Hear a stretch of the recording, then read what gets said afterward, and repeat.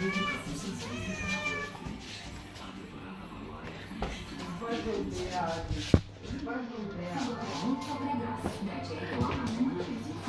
Preciso de desconforto abdominal și ușurează digestia.